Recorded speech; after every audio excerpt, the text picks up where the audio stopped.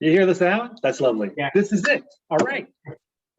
Thank you, Robert, for joining us today. This is great. This is great to make new connections. And this is the beauty of this world where people reach out of nowhere. I mean, we've just met, Robert, and you sound like a good guy and all that. Where are you from? Tell us your story. Yeah, so I'm here in Toronto. Actually, I was born in Montreal, Right. but I grew up here in Toronto. Kind of moved out here. Oh boy, now late 70s. So really, I'm a Toronto kid. I'm not really a Quebecer. I can't attest to that. So my experience, my working experience, and working with real estate investors and so forth has always been here in Southern Ontario. Sweet. So prior to this, like a lot of people, I had a career. My first career actually was in IT recruitment, like in the technology. Interesting. Space. Okay. And that's what I did coming out of school, working with large companies, helping with their staffing.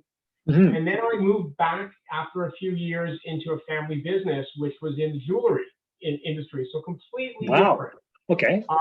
So small business, and I was selling to independent retailers and chain stores, finished jewelry products across Canada. So I was an importer and a distributor. And I would go around and I would speak to a lot of, say, independent realtors of their town, of their state. And many of them would be, real estate owners themselves, right? They would own maybe the store that they're in. There'd be apartments upstairs, potentially, and so forth. And then my investing journey really started with. Sorry, just to interject there. When you noticed all these business owners who had real estate, what did you think? Did it click in, or did you go, wait a sec, these people are doing well because of the real estate, or they've been able to increase their wealth through that, or what was your thoughts with that? Yeah, so it showed me that, that they were thinking, from a diversified point of view. So their businesses might have been doing well, but they weren't just putting all their eggs in one basket. They were taking their retained earnings and they were investing in real estate in their communities. So they would, and that would help really. That's their long-term wealth. So ultimately, many of them. Their ideas were that eventually I'm going to retire in maybe 20 years. I'll have this real estate portfolio, and that'll be my pension. Yes. Very, very common. Extremely very common, especially for those who did not have pensions. Exactly. Exactly. Correct. So they were thinking long term. And it got me obviously, thinking more about, okay, well, there's, maybe I should be doing something like this as well. And I would ask some questions about it, and get an understanding really just from a high level of sort of like the numbers and the rents and how they got their mortgages for, how they finance these things. And it led me sort of down that path. My initial investment journey actually started when I purchased my first property here in Toronto. What did you buy? I bought in the center of the city, and I bought actually a triplex. Where about in Toronto? Oh, in I would say central Toronto, so Bloor and Bathurst. Awesome! Wow, yeah, that's central. That's very central. Very central, correct. Yeah. So right off the subway lines, and so forth. And this was a triplex. It was already built into a triplex. And I actually I lived in one of the units, and I rented out the other two. And I was basically living for free. The rent that I was getting were covering my mortgage and then some, and it was a good setup. Is that what clicked in? So combination, you're saying this has a lot of potential here? Is that? No, it didn't actually click in even then. So what was the clincher? What was that one little clincher, that moment you go, aha, this is it. What am I doing? So the clincher came when I understood about appreciation and refinance, and actually leveraging the equity in the home to then get into more real estate. So that's when it really clicked in. And then, I don't have to have all the money, or I don't have to sell to actually, realize that next goal and to find that next property. And that's when it really clicked in. And then, but starting out with the triplex from day one, I thought to myself that this is like the best asset class or best investment style that I kind of liked. I was already familiar with it. I was a landlord from day one.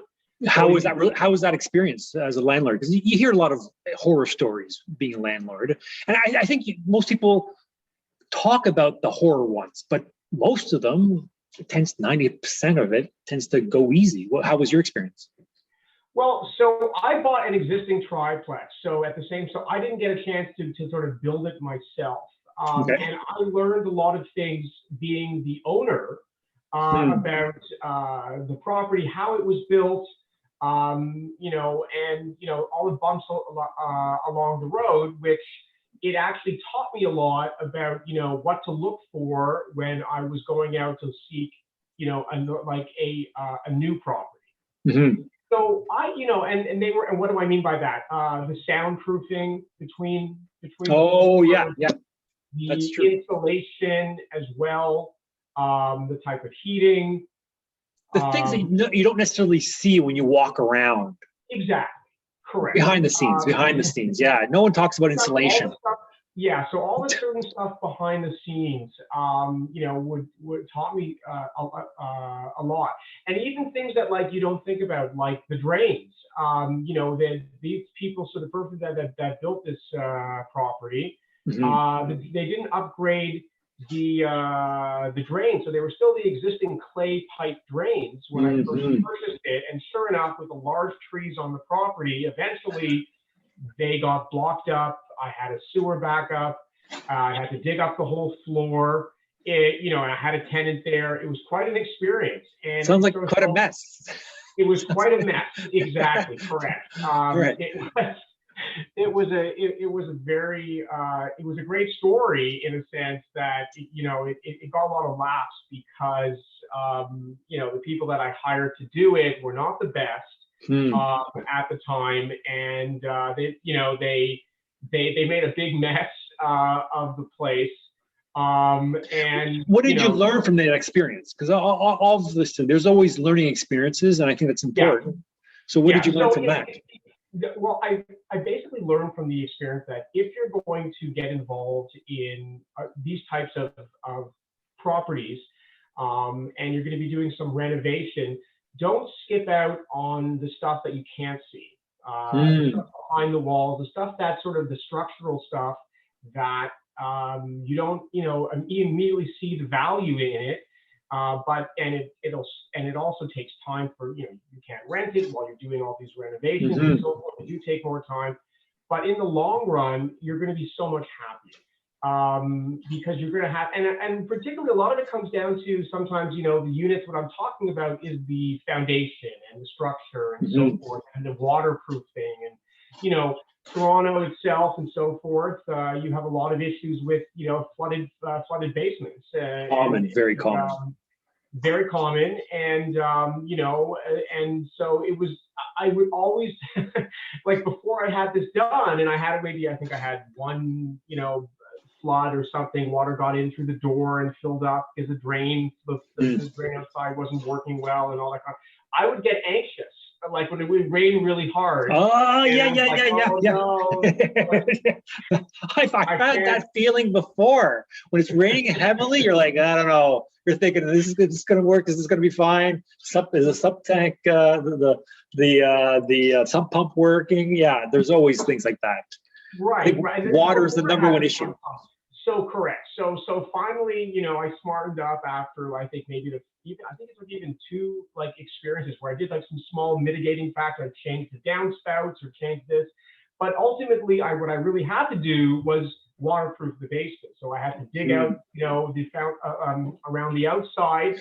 That sounds expensive. That sounds really expensive. Yeah, well, it can be correct. And so, so exactly. So, but it had to be done. And this way you have that sleep at night feeling, which is so important as an investor. Because like many of the people that I work with and talk to, they have careers, they have full-time jobs, and they want to be invested in real estate. They want to grow their portfolio, but they don't want to be a landlord that's getting calls about flooded basements. Yeah. So I'm getting the impression that you're thinking long term. Like you're not thinking short term where it's a flip or you're looking to make a lot of money from the start. You put something in there, you're solid, and it's a wealth generator for long term, maybe like 10 years or so, 10, 15 years. That's right. That's right. I have about a 10-year outlook. All right. And that's you're very right there. Like, that's the beauty of this business of real estate. There's so many different ways to attack it. And I think it's really important.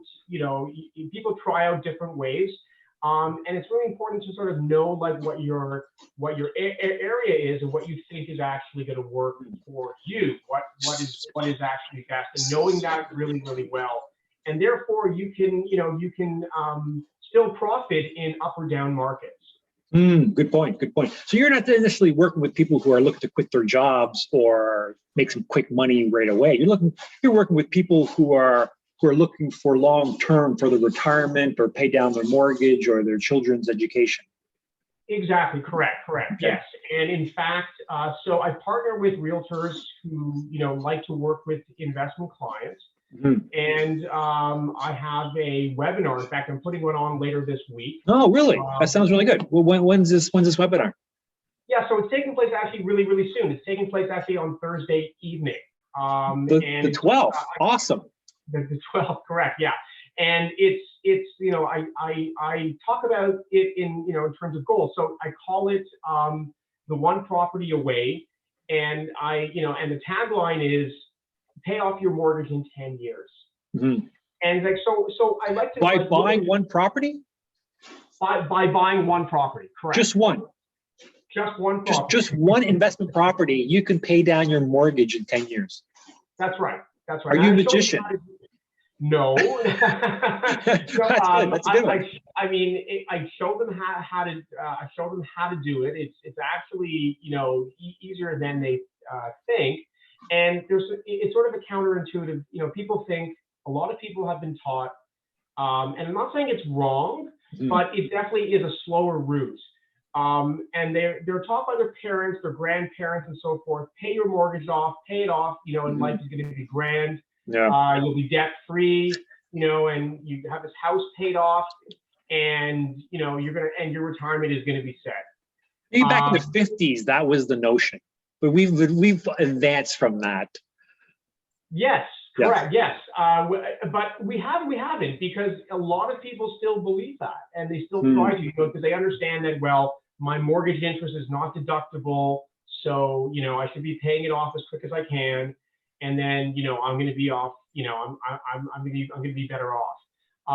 But what I've shown people is actually that you can pay your mortgage off faster by actually buying another property. And it's counterintuitive, Rene, because you're thinking, okay, well, you have to go into more debt to get out of debt faster. That is counterintuitive. You got to get into more debt in order to get out of debt faster. You're stacking up the debt.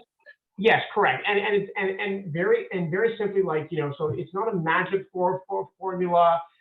It's just a simple blueprint where you purchase that one property.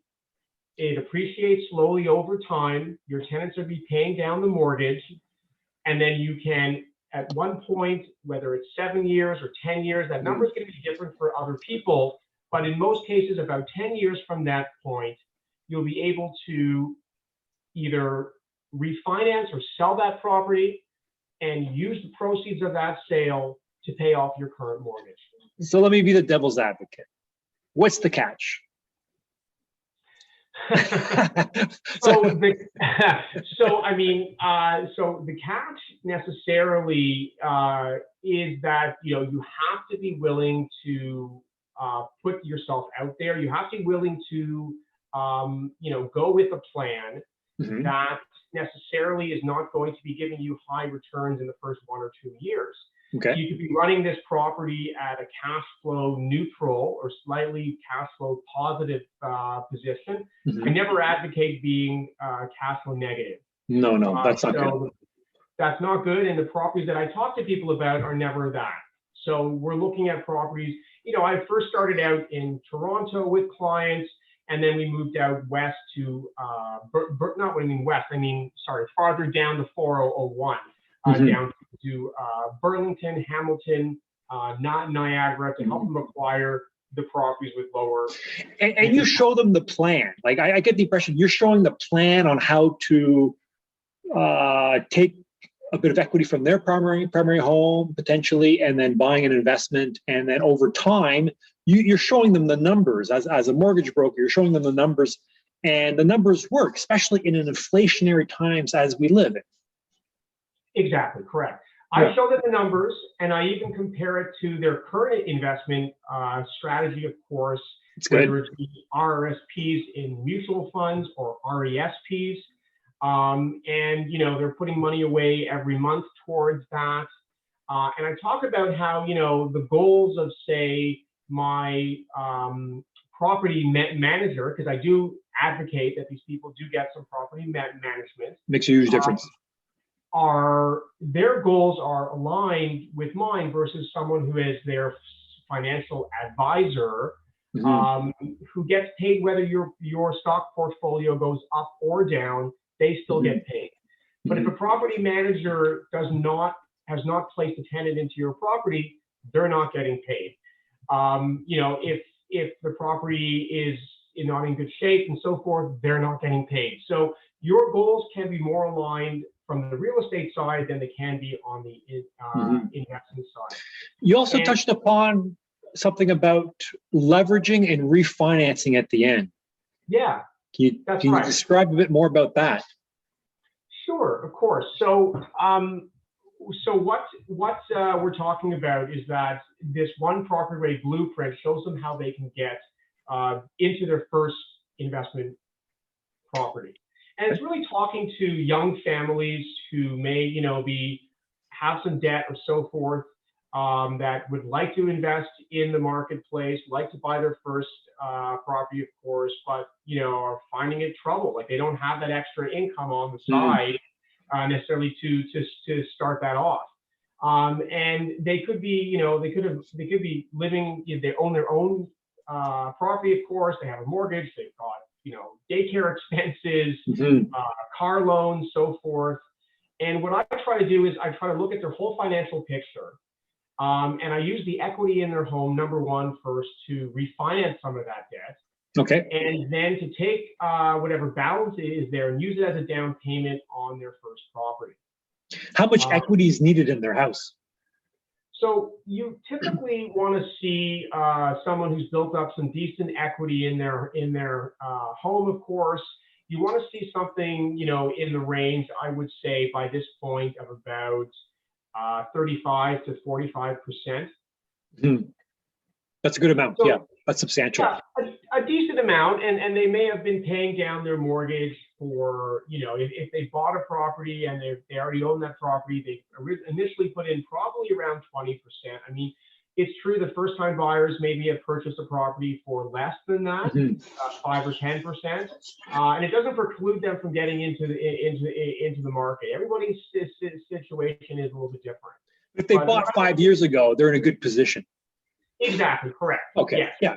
So I look at people like that and I say, okay, great. Here we go. We're going to refinance this property. We're going to use some of the proceeds to pay down those. And they need to refinance anyways. Like they're in a position after 5 years, they're going to have to refinance anyways. They might, but they're thinking maybe I should be paying down my mortgage, and that would be the first thing that I should be doing. And I'm steering them in a different direction. And I'm saying to them, maybe that's not the best way to do it. Maybe it's actually, let's actually refinance this debt.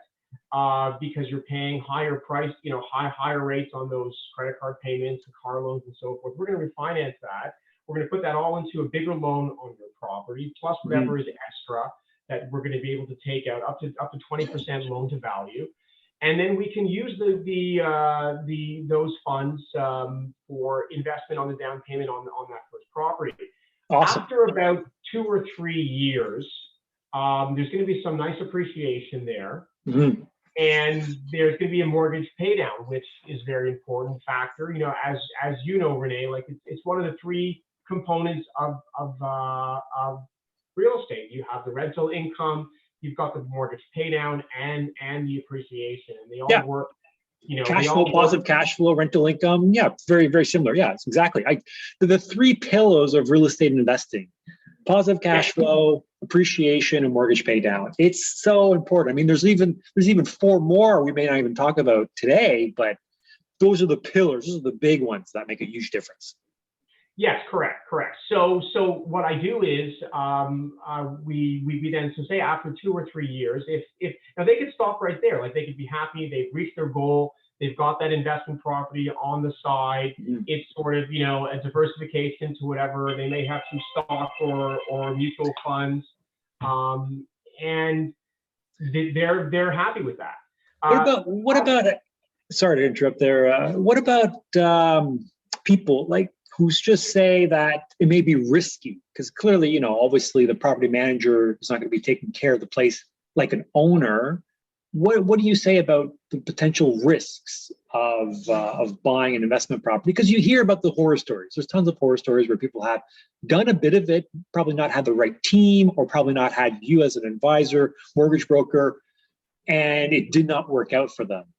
What do you tell people about that? Yeah, I mean, there are typically like 3 or 4 things that keep most people out of investing in real estate, and they are. I don't want to be a landlord. Mm-hmm. Yes. I don't want to fix toilets in the middle of the night. Of course. And what if my tenants actually wreck the property? And, Funny thing is that out of 15, 20 years I've been doing this, I've never fixed a toilet in the middle of the night. There's other people who actually help out with those types of things. Well, that's it. Those are the worst case scenario. And those who actually paint their own units, it's by choice. Yes. Very by choice. Yes. So I tell them, listen, you can mitigate all of these issues, right? Mm-hmm. You can buy tenant insurance. You can buy. You can also, for lost rent, there's insurance that will cover lost rent in cases where you have to fix the property. You've got, we have I have great contacts, of course, which I share with all of my clients, that I built up through my network. Like contractors who show up, are on time, who are reasonable. That's awesome. Exactly. Yes. Contractors, correct. Yes. Property managers, handymen, electricians, so forth. So yes, there's all of that, which will take care of some of, all the day-to-day sort of maintenance that maybe a property needs. And also, you can, and having a property manager will take care of you finding those right tenants. And really it's about screening the tenants and understanding, who are, what kind of a tenant profile you're looking for. Mm-hmm. And that takes some, education. And so I have a typical tenant profile that I like to use. And it's one that, it works for me in my market. And it also, I look at this as a business. Yes. Rene. So very much when I purchase a property and you're right at that beginning stage, okay, you're going to renovate it. You're going to I find this like the most exciting part is that, okay, well, who is my customer? That's what I usually ask myself. Good one. Are they students? If they are, okay, well then what kind of finishes do I need for students? What kind of wear and tear are students going to be doing on the property? How many entry and exits am I going to need? And how much parking am I going to need? You're not thinking like a landlord per se. You're thinking like an investor and a business-minded individual. Yes, that's right. Correct. And then, or is it a young family with 2 young kids or so forth? What's going to be important to them in how I lay out this property, right? Yes.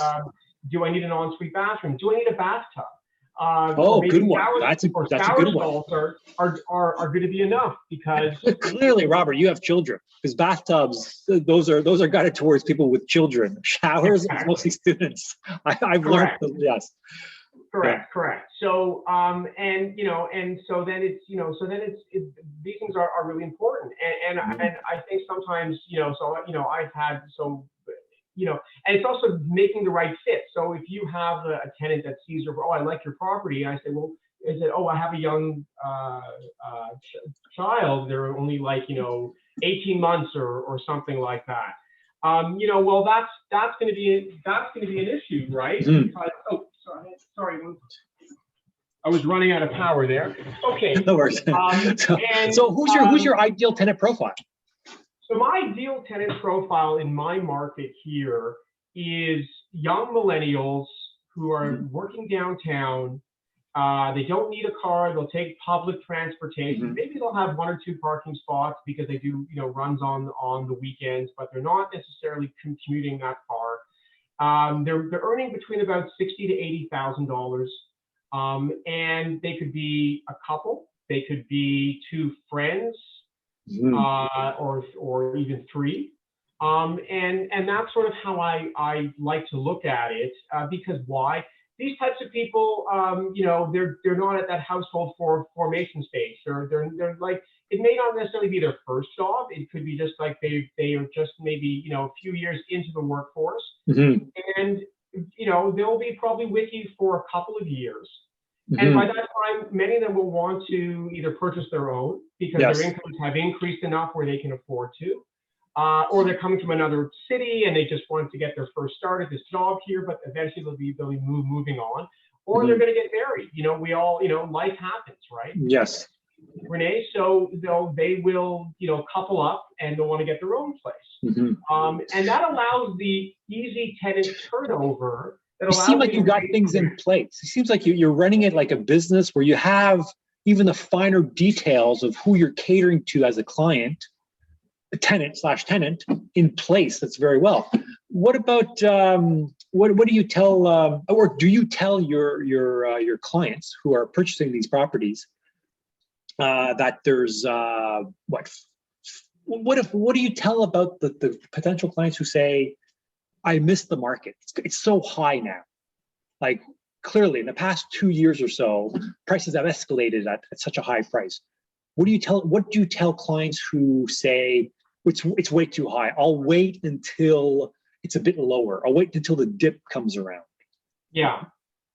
So I tell them basically that the best time to buy real estate was 6 months ago, last year. Okay. And the next, where's the time machine? Where's the time machine for that? Exactly. And the next best time to buy is right now, right? So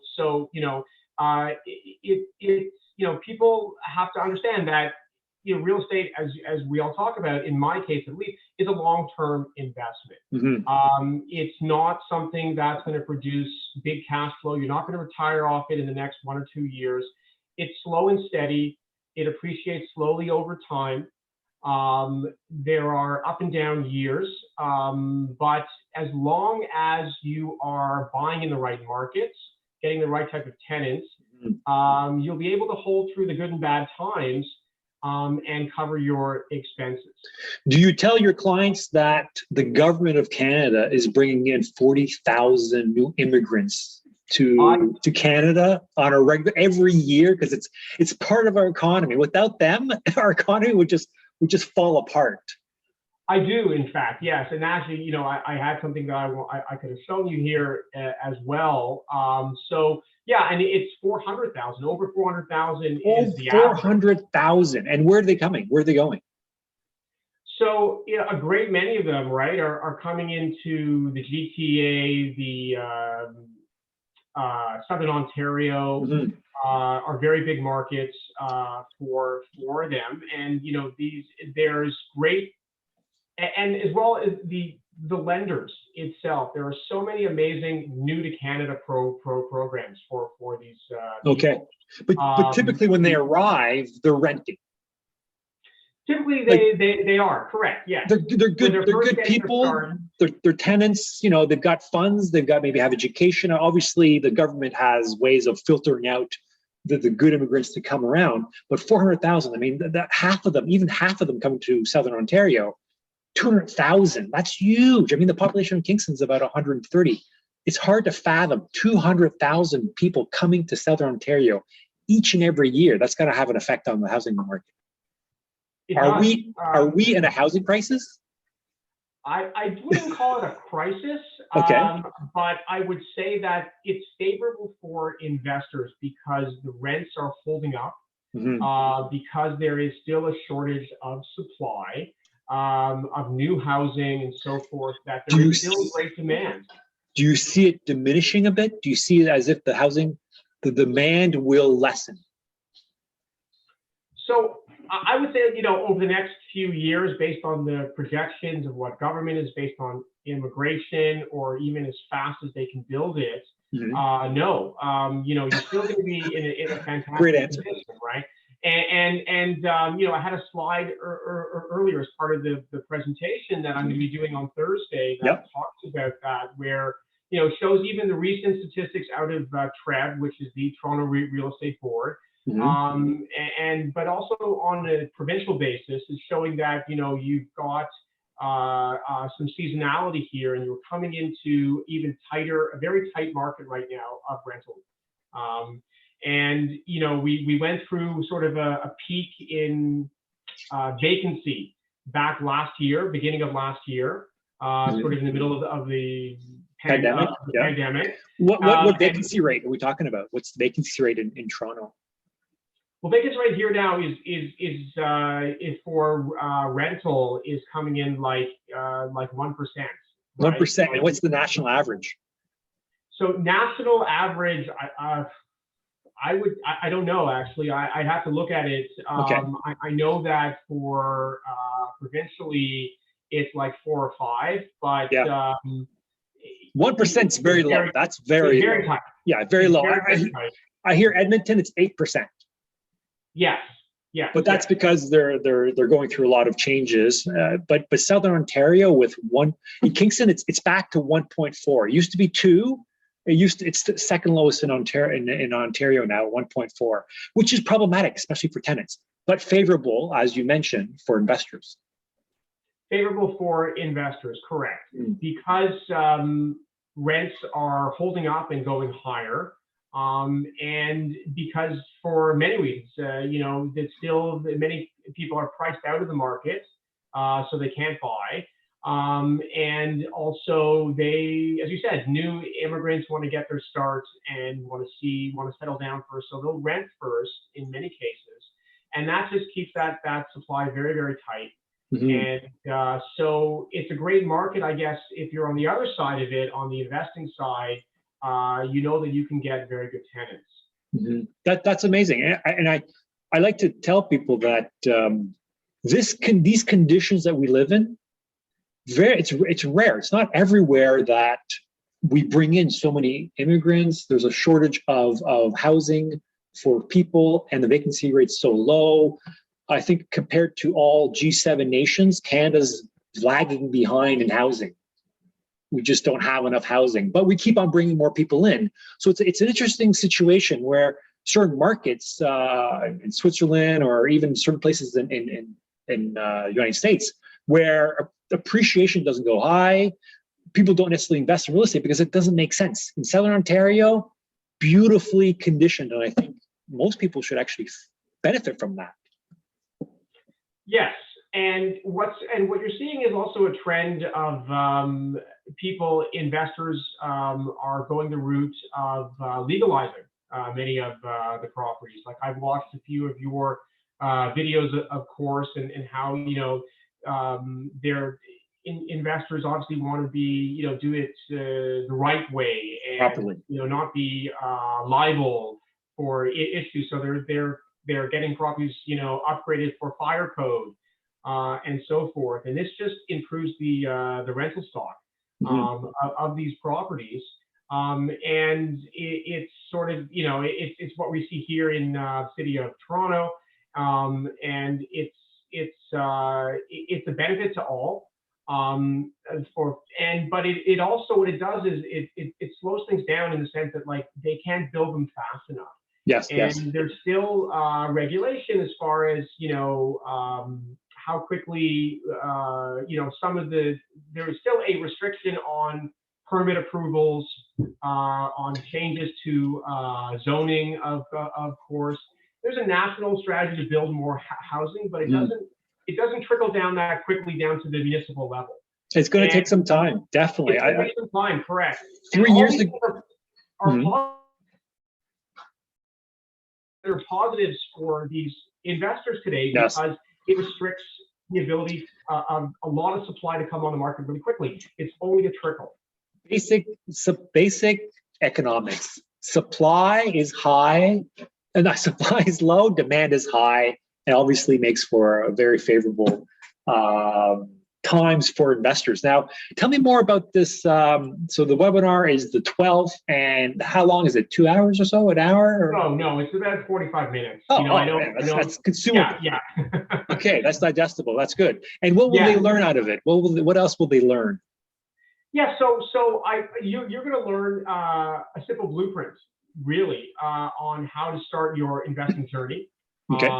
How to get that first property, and potentially how to keep going, how to leverage it further to get up to 3 properties, which I say is a point where you could achieve $2 million in net worth, over the course of 25 years, with 1.6 million after 15 years, and 25 even over 2 million. Over that 20-year span. That sounds pretty good. You give them a blueprint, a whole plan, and it's guided towards what kind of couple or individual who may benefit from this. Yeah, so it's really for, it's not, sorry, I should say it's really for, but it primarily speaks to that young couple who, has maybe owned their home, as we said, for the last 5 years.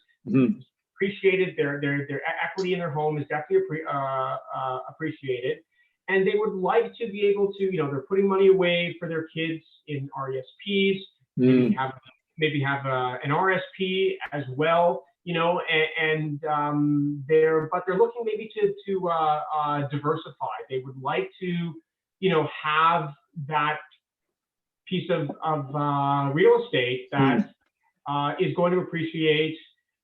Is passive, is very hands-off, and I give them a basic idea of how they can do that and a financial blueprint to do so. That sounds amazing. That sounds reasonable and beautiful for people. So that's great. I'll definitely mention this to friends and family about this. But here's the question I have is. You're in Toronto, obviously. What if they're in Kingston, where I am? Does that make a difference? What if they want to invest in Kelowna, BC, or something? How does that work? No, it doesn't make a big difference. No. In fact, it really depends on case by case. But you could be in a different market than Toronto itself, and the numbers can still work for you. It's really more so about, finding that property that is going to sort of fit in the parameters of what you can make for the down payment, and then working it backwards to find out, can I cash flow on this property? What are the rents like, and so forth. So we partner with very good realtors that know the investment space well.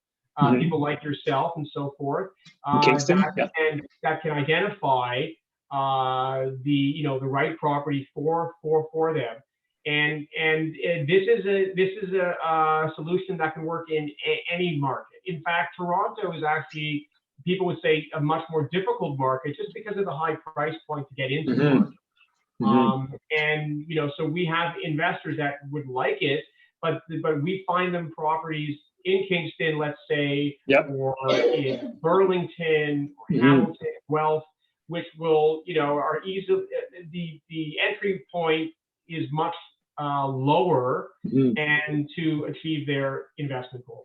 In the past 2 years, Kingston has seen a flood of investors from Toronto, and even people who come here to live, because now with pre-COVID, now 25% of the population tends to work at home. So even more, they're like, why should he stay in Toronto when I could live in a beautiful city like Kingston? Have you been to Kingston? Beautiful, gorgeous. I have. I was there for the boat show. Well, it was going on. It wasn't in last summer. All right. Rene, with the boat show was on, and there was a lot of activity down there. And yeah, no, it's beautiful waterfront, and right across from the military college and so forth. Yeah, no, it's. And I tell people that Kingston, I don't think Kingston's going to go away by any time soon. People have been living here for over 500 years. I mean, there's the St. Lawrence, the Lake Ontario. There's like a cross bridge of three rivers, three bodies of water coming together. The French were here back in 1670s. I mean, it's just nuts. So there's still more and more people coming to Kingston, and it's a great place to invest. So I think what you're doing is amazing, and I wish you luck in your webinar and bringing a lot of more people. Anything else you'd like to tell people, or just to sum it up?